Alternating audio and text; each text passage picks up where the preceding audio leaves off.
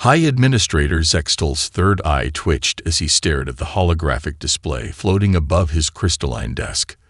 The swirling purple essence in his morning chalice remained untouched, its stimulating vapors dissipating into the sterile air of his office aboard the Galactic Survey Station. Eternal wisdom. Junior analyst. He clicked his mandibles in mild irritation. Explain to me again why you've interrupted my morning meditation over a Category 4 observable planet.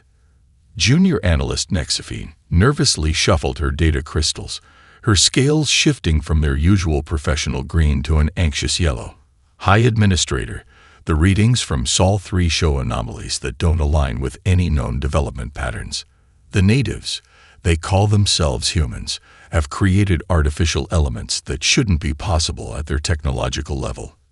Zextal waved one of his secondary appendages dismissively. Instrumental error. It wouldn't be the first time our long-range sensors have malfunctioned near that sector's unusual magnetic field patterns.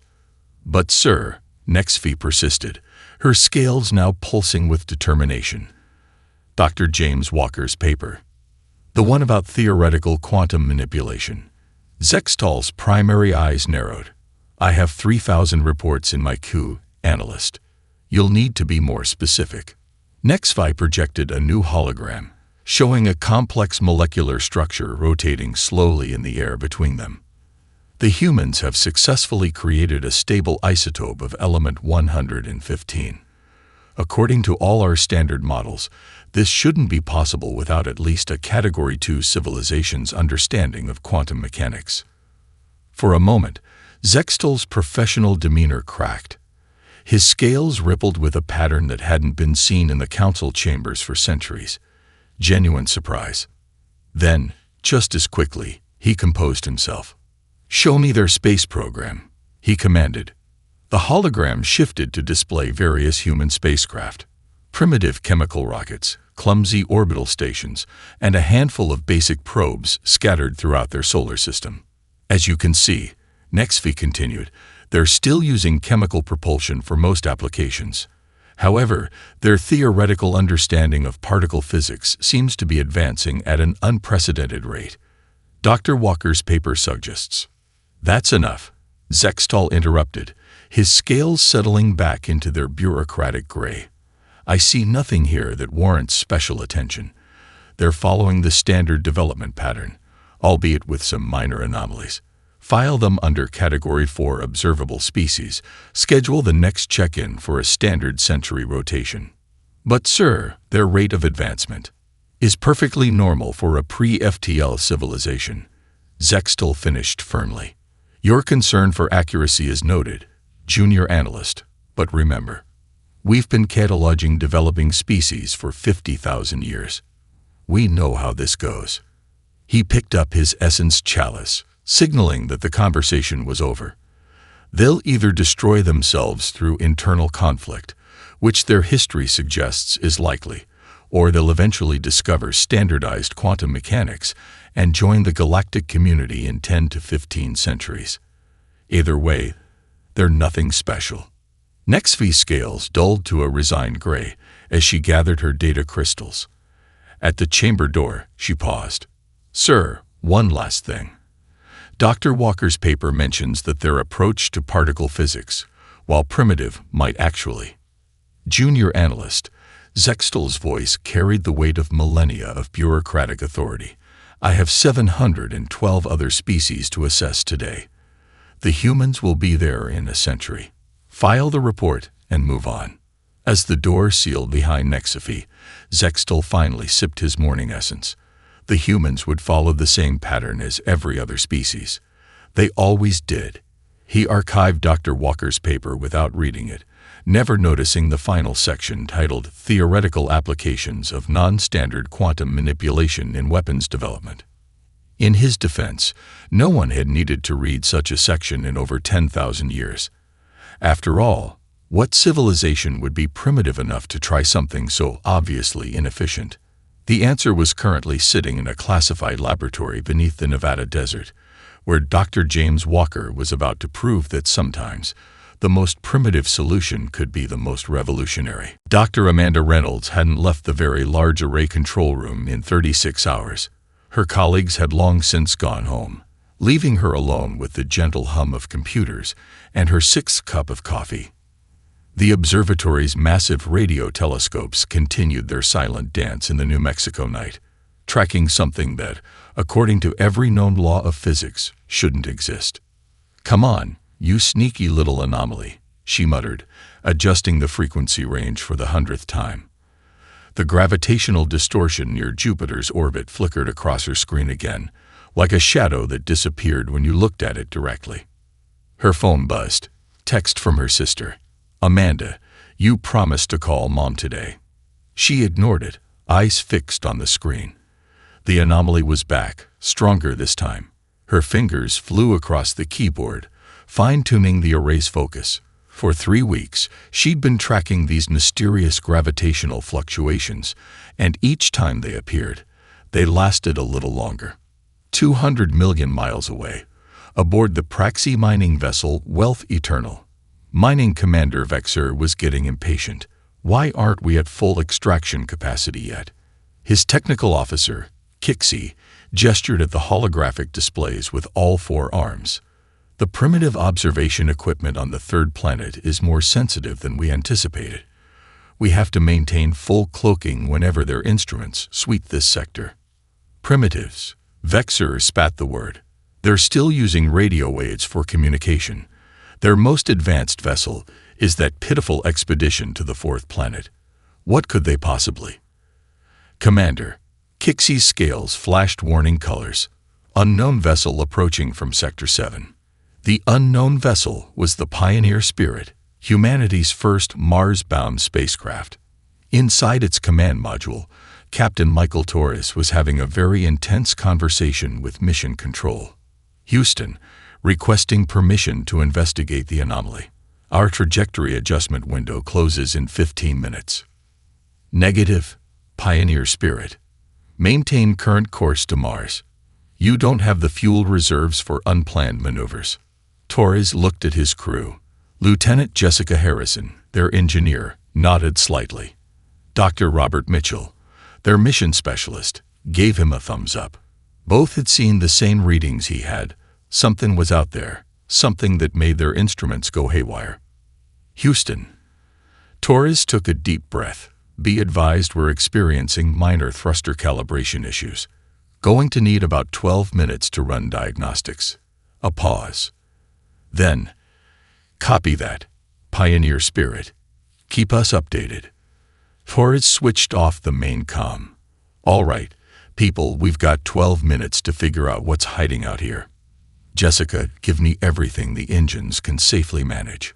Robert, I want full spectrum analysis of that anomaly." Aboard the Wealth Eternal, panic was setting in. Impossible. Kixie's scales were practically strobing. "Their vessel's trajectory. They're heading straight for us. Engage emergency protocols," Vexer commanded. "Prepare to eliminate the witnesses. The Galactic Council never needs to know we were here." The Praxi vessel's cloaking field flickered as weapon systems came online. On Earth, Dr. Reynolds nearly fell out of her chair as her screens exploded with data. Holy mother off. She grabbed her phone, fingers shaking as she dialed. "NASA. This is Dr. Amanda Reynolds at the VLA. You need to see this right now. Something just appeared near Jupiter, and it's not natural." The Pioneer Spirit's sensors screamed as the massive alien vessel materialized less than a kilometer away. Inside the command module, Torres felt his heart skip a beat, but his voice remained steady. "Houston," he advised, "we are not alone out here." Aboard the Wealth Eternal, Vexer gave the order that would change everything. "Target their primitive vessel. Full power to forward weapons. Let's show these humans what real space technology can do." He couldn't have known that this decision would expose his civilization's greatest weakness. They had forgotten that sometimes the old ways of doing things could be the most devastating.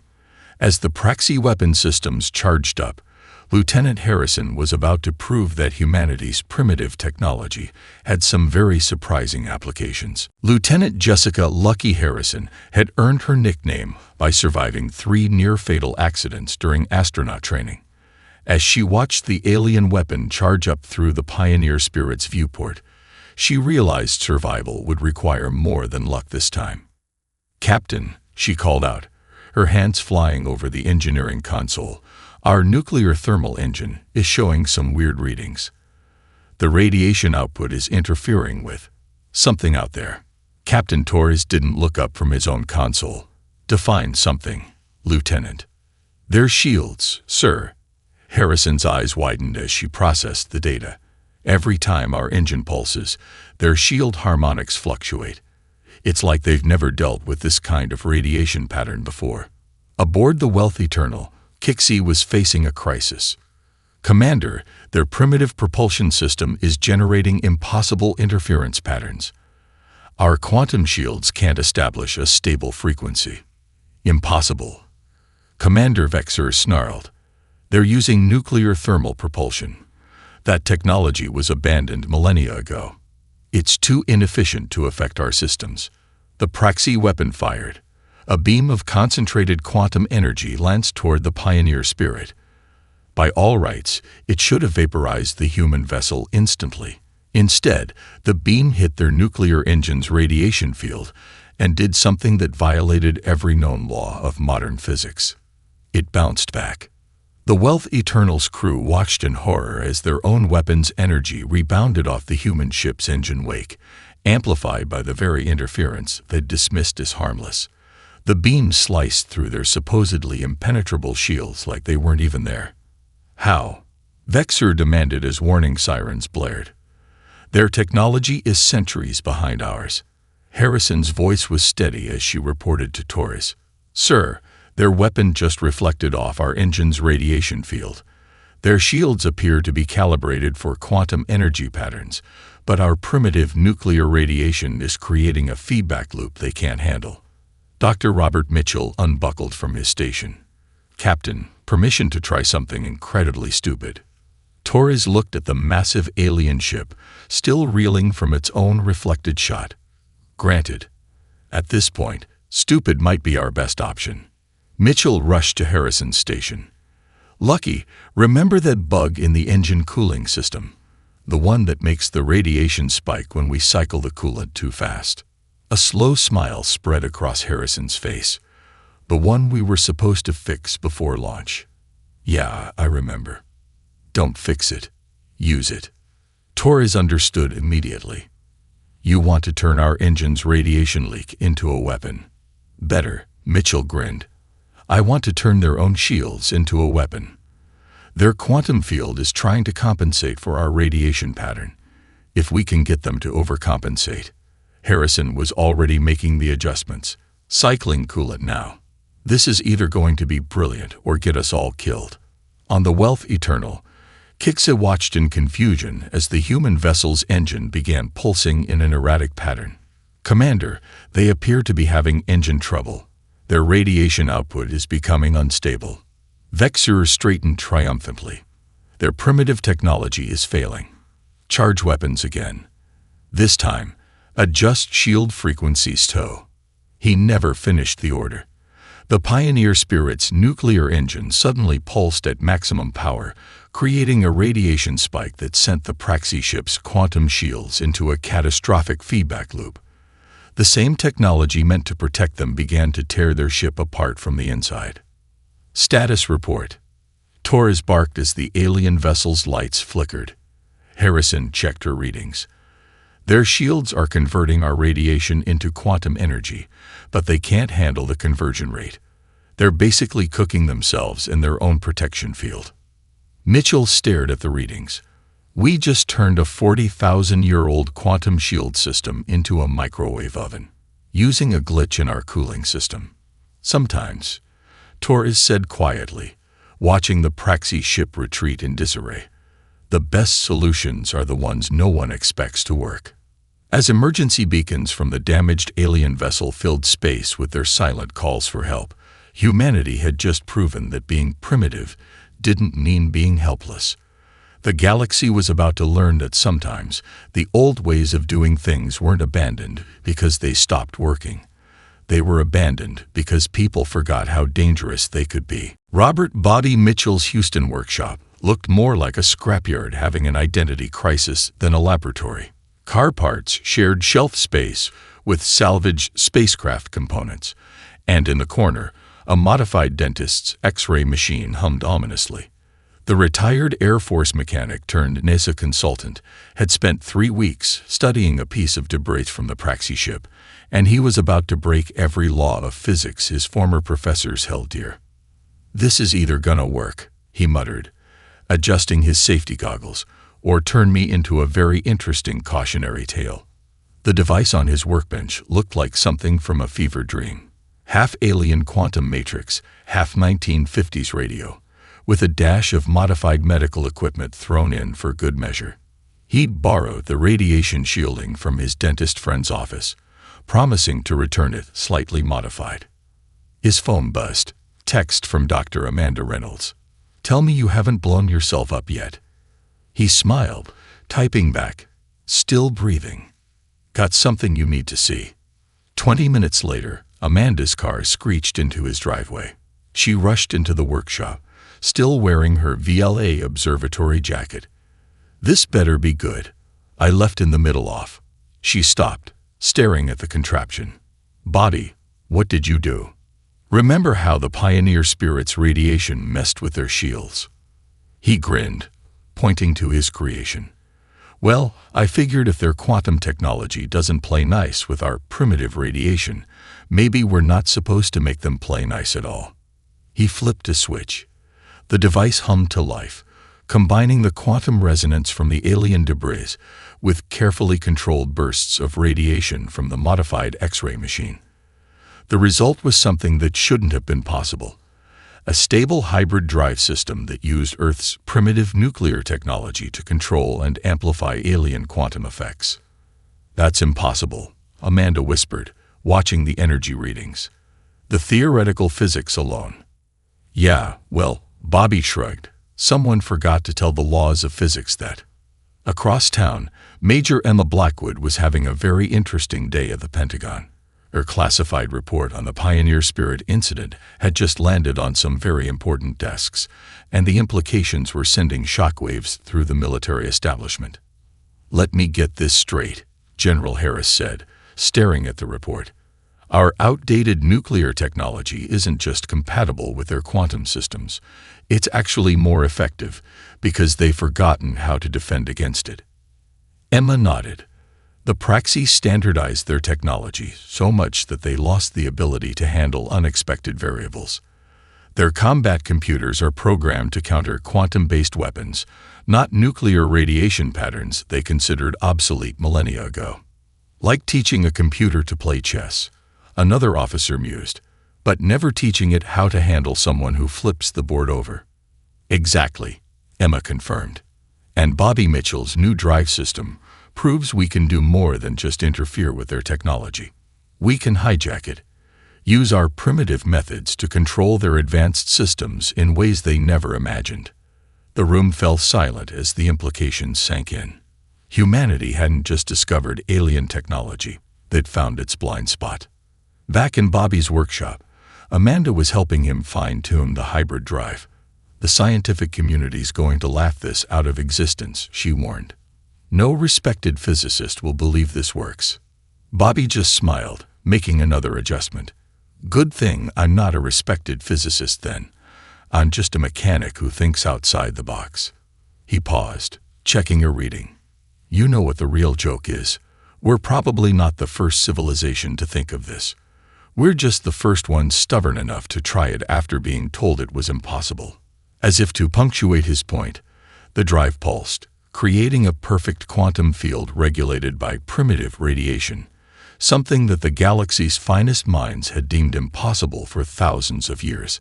In orbit, automated sensors on the damaged Praxis vessel detected the energy signature. Emergency protocols activated, sending a priority alert to the Galactic Council. The primitive species had done the impossible. They hadn't just replicated quantum technology.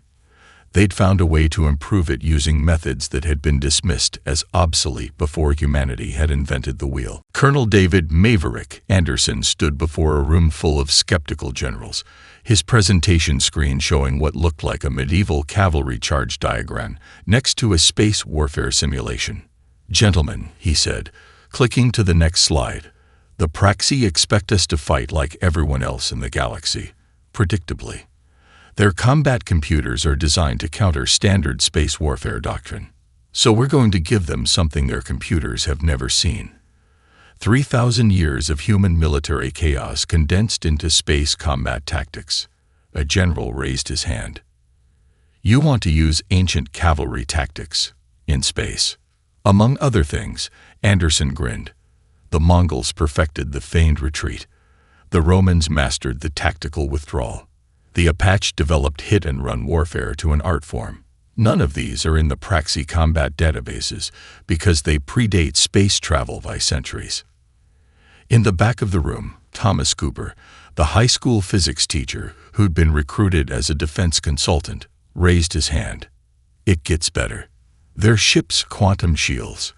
They're calibrated for energy weapons moving at light speed. They literally can't process slower-moving physical objects effectively." "You're suggesting we use kinetic weapons?" someone asked incredulously.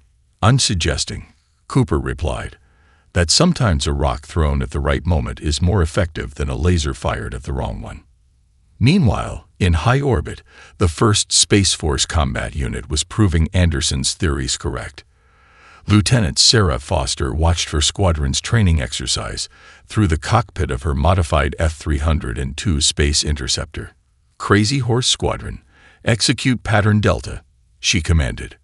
Her pilots broke formation in what appeared to be complete chaos, but was actually a carefully choreographed maneuver based on Native American buffalo hunting techniques.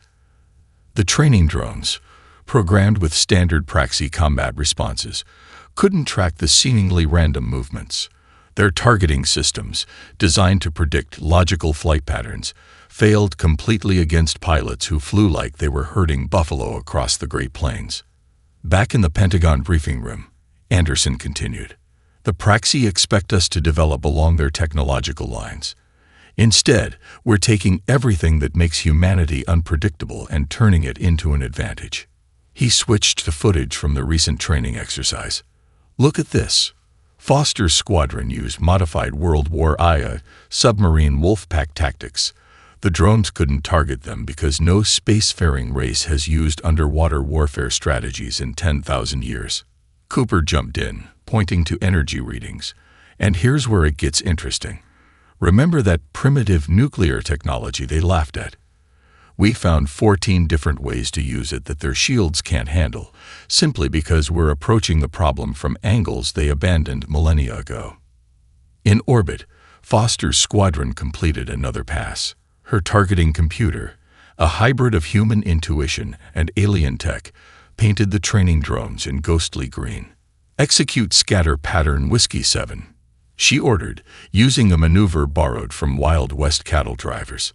The drone's predictive algorithms crashed, unable to compute the seemingly chaotic movements that actually followed patterns established by 19th century cowboys. "This is why we're going to win," Anderson concluded, showing the final simulation. The galaxy standardized warfare to the point of stagnation. They forgot that chaos can be a strategy. Every human culture in history developed different ways of fighting, and we're going to use all of them. A junior officer spoke up. "Sir, you're telling me we're going to defeat an advanced alien civilization using tactics from cowboys, Native Americans, and ancient Romans?" "Son," Anderson smiled, "I'm telling you we're going to win because we're the only species crazy enough to try something that absurd. And that's exactly why it's going to work." In orbit, Foster's squadron completed their exercise with a perfect score. The training drones, programmed with the finest military algorithms in the galaxy, had been defeated by tactics developed to hunt buffalo on horseback. As her pilots celebrated, Foster couldn't help but laugh. Somewhere in the galaxy, A Praxi combat instructor was about to have a very bad day trying to explain how humanity's primitive warfare techniques had just turned 50,000 years of standardized space combat doctrine into obsolete history. Admiral Sarah Parker stood in Earth's Combined Defense Command Center, watching as 200 Praxi warships emerged from hyperspace. The massive holographic display showed them arranging themselves in textbook attack formation, exactly as expected. "They really do love their standard procedures," she murmured, then keyed her comm. "All commands, Operation Thunderbolt is now active. Execute your assigned movements. Remember, they're expecting a traditional defense. Let's show them how Earth fights." The Praxi Fleet Commander, Supreme War Leader Kex-4, observed the pitiful human defenses with disdain. A mere 50 vessels, scattered in what appeared to be complete disarray. Their formation violated every principle of space combat doctrine. "Pathetic," he sneered. "Not even a proper battle line. Begin the attack sequence." The first indication that something was wrong came when half the human fleet seemingly panicked and fled. Kex-4's tactical officers celebrated, until they realized they'd fallen for the oldest trick in Earth's military history. The Mongols feigned retreat. Detecting multiple small objects launched from the retreating vessels, his sensor officer reported, "Sir, they appear to be simple metallic spheres. No energy signatures." Kex-4 laughed. "They're throwing rocks at us. Their desperation is." The spheres detonated, releasing clouds of what appeared to be primitive nuclear waste. The Praxi ship's quantum shields, calibrated for energy weapons, couldn't adapt to the radioactive debris. As their sensors struggled with the interference, the retreating human ships executed a perfect pivot maneuver, just as Genghis Khan's horsemen had done centuries ago. Multiple human vessels emerging from the debris field, the tactical officer shouted. "They're using it as cover." Lieutenant Sarah Foster led her squadron through the chaos, her pilots executing maneuvers that made the Praxi targeting computers crash. "Crazy Horse Squadron, execute Cherokee scatter pattern," she ordered. Her fighters broke apart in seemingly random directions, following attack routes based on Native American hunting strategies. In the command center, Admiral Parker watched the battle unfold. "Phase 2, she ordered.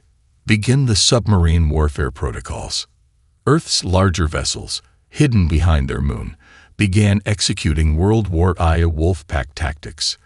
They moved through space like underwater predators, using the debris field's radiation to mask their approach. "Sir," Kex-4's second-in-command burst out. "Their attack patterns, they're impossible to predict. The combat computers can't establish any logical pattern to their movements." "Because there isn't one," Kex-4 realized too late. "Every ship is fighting differently. This isn't a coordinated fleet action. It's hundreds of individual battles." He was right. Each human squadron used tactics from a different era of Earth's military history. Some vessels moved like Apache raiders, others like Roman legions, still others like British naval ships from the Age of Sail. The Praxi combat computers, designed to counter standardized space warfare, were encountering 3,000 years of human military evolution simultaneously. "Launch the modified kinetic weapons," Parker commanded. "Let's add some Civil War artillery techniques to the mix." Simple projectiles, their trajectories calculated using mathematics that predated electricity, arsed through space. The Praxi ships, their defensive computers busy trying to predict energy weapon attacks, couldn't track the primitive weapons effectively. "How?" Kex-4 demanded as another ship reported critical damage. "They're using tactics that were obsolete before they discovered nuclear power. This violates every principle of modern warfare." "That's the point," his tactical officer realized, watching another squadron fall to what appeared to be ancient Greek phalanx maneuvers adapted for space. "They're not fighting a modern war." In just 6 hours, it was over. The mighty Praxi fleet, armed with the most advanced weapons in the galaxy, had been defeated by humans using military tactics that predated the invention of electricity. As the surviving alien vessels retreated in disarray, Admiral Parker allowed herself a small smile. "Send word to the Galactic Council," she ordered. "Tell them humanity is ready for diplomatic relations, unless they'd prefer another history lesson." In the debris field that had once been the Praxi attack fleet, a single message buoy recorded the truth no advanced civilization wanted to admit. Sometimes, the old ways were the best ways, especially when your enemy had forgotten they existed. The Galactic Council chambers hadn't seen this much chaos since the Great Reformation 10,000 years ago. Lead negotiator Jack Thompson stood at the center of the floor, wearing what looked to the assembled aliens like a primitive mechanical suit.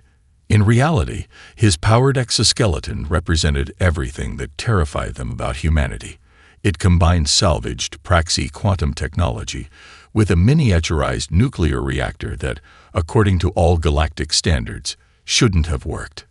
"Distinguished members of the Council," Jack began, his voice steady despite the muttering from the elegant crystalline galleries above. "I come before you today not to apologize for humanity's actions, but to offer you something you've forgotten existed: innovation through imperfection."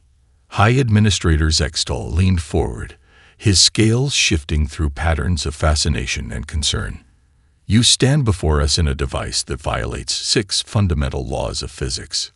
"No," Jack smiled. "I stand before you in a device that proves those laws were incomplete. We didn't break your rules. We found the exceptions you stopped looking for." The chamber erupted in argument. Jack watched as various counselors' bioluminescent patterns flickered through shades of outrage and disbelief. A Praxi representative, their scales still dark with mourning colors from their recent defeat, rose to speak. "You expect us to believe that your primitive nuclear technology, combined with stolen quantum systems, is somehow superior to 50,000 years of standardized development." "Not superior," Jack corrected, raising his hand.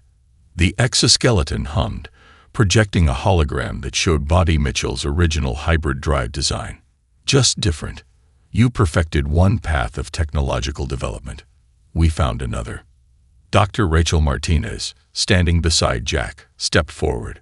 Her own suit incorporated medical scanning technology that made several council members' biosigns spike with alarm. "Your standardization gave you perfection in one direction," she explained, "but it also gave you uniformity of thought. When we examined the Praxi ship's wreckage, we found something fascinating. Their quantum shields couldn't adapt to our attacks because they'd been programmed to expect only logical threats.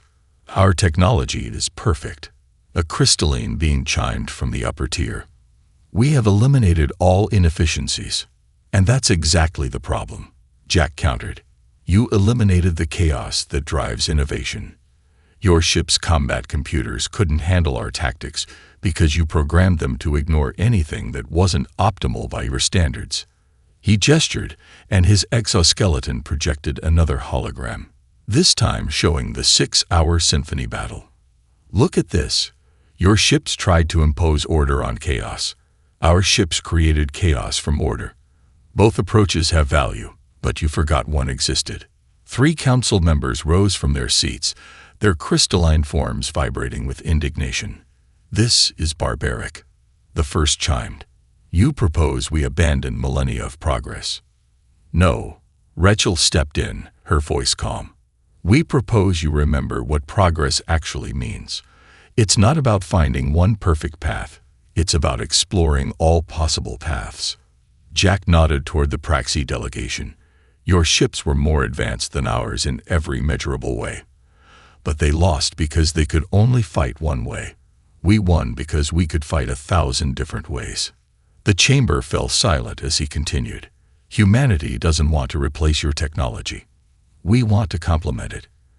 Imagine combining your quantum perfection with our adaptive innovation. Think of what we could achieve together." High Administrator Zexel's scales shifted to a pattern that hadn't been seen in the council chambers for millennia. "Possibility. You suggest we deliberately introduce imperfection into our systems." "We suggest," Rachel smiled, "that perfection without adaptation isn't really perfect at all." As the council chambers erupted in debate, Jack noticed something remarkable.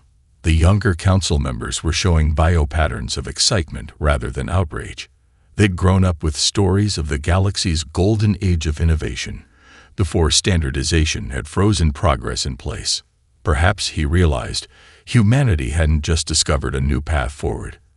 They'd reminded the galaxy of something it had forgotten. Sometimes the best way to advance wasn't to eliminate chaos, but to learn how to dance with it. High Administrator Zextal stood before the Galactic Council's emergency session, his scales shifting through colors that hadn't been seen in the chamber for millennia. The pattern of revolutionary change had been archived so long ago that younger members had to consult historical databases to recognize it. Distinguished colleagues, he began, his voice carrying the weight of personal responsibility. 53 days ago, I classified humanity as an unremarkable Category 4 species. I was wrong, not just about them, but about us. The chambers, usually a model of decorum, buzzed with conversation. In the diplomatic section, Dr. Rachel Martinez sat beside Jack Thompson, both wearing their hybrid exoskeletons. They'd become symbols of humanity's approach to innovation, combining the impossible with the impractical until it somehow worked. For 50,000 years, Zextal continued, we've pursued perfection through standardization. We eliminated chaos, irregularity, and inefficiency, and in doing so, we eliminated something essential: the ability to imagine alternatives. He gestured, and a hologram appeared, Dr. James Walker's original paper on non-standard quantum manipulation, the one Zextal had dismissed without reading. This document predicted everything that happened, not because humans are smarter than us, but because they're different. They looked at quantum mechanics and asked, what if we're wrong? While we sought perfection, they embraced imperfection as a source of innovation. The chamber's ambient lighting shifted as billions of beings across the galaxy tuned in to the broadcast. This wasn't just about one species anymore. It was about the future of galactic civilization itself. Therefore, Zextal's scales rippled with determination. I propose two unprecedented actions. First, the immediate reclassification of humanity as a Category 1 emergency evolution species, and second, the appointment of Dr. Rachel Martinez as chairperson of the Council's Innovation Committee. The chamber erupted. The Innovation Committee had been purely ceremonial for 10,000 years, a relic from when the galaxy still valued unconventional thinking. Making the human its chair was either brilliant or insane, possibly both. Rachel stood, her exoskeleton humming softly. Distinguished council members, I accept this nomination with one condition. The committee must be reformed as the Impossible Solutions Division. Impossible Solutions. A crystalline being chimed incredulously. Why name it for something that cannot be? Because, Rachel smiled, humanity's greatest achievements all started as impossible solutions. Our nuclear quantum hybrid technology, impossible. Our adaptive combat tactics, impossible. Yet here we stand. Bobby Mitchell, watching from Earth via quantum link, couldn't help but grin as Rachel continued. The garage mechanic who'd built the first hybrid drive out of spare parts and stolen X-ray machines was about to see his impossible invention become galactic standard. The division will have one rule, Rachel declared. When someone says, that's impossible, that's exactly what we'll try first. High Administrator Zextal's scales shifted to display agreement. Perhaps that is exactly what we need.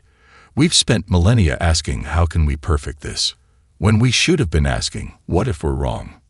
The vote was unprecedented, nearly unanimous approval. As the chamber erupted in celebration, Jack leaned over to Rachel. You realize you've just been put in charge of officially sanctioned chaos. Perfect, she grinned, because my first proposal is going to make today look tame. We're going to combine Bobby's hybrid drive with Lieutenant Foster's combat maneuvers and Dr. Walker's quantum theories. That's, Jack started. Impossible. Rachel finished. Exactly. That's why it's going to work. As the session concluded, Zextal approached the human delegation. "You note," he said, his scales showing a complex pattern of amusement and respect. "In 50,000 years of records, humans are the only species to advance from unremarkable to council leadership in less than 2 months." "Well," Jack replied with a smile, "we've always been good at doing the impossible. And that perhaps was humanity's greatest contribution to the galaxy. The reminder that sometimes the best solutions aren't the perfect ones, but the impossible ones that work anyway."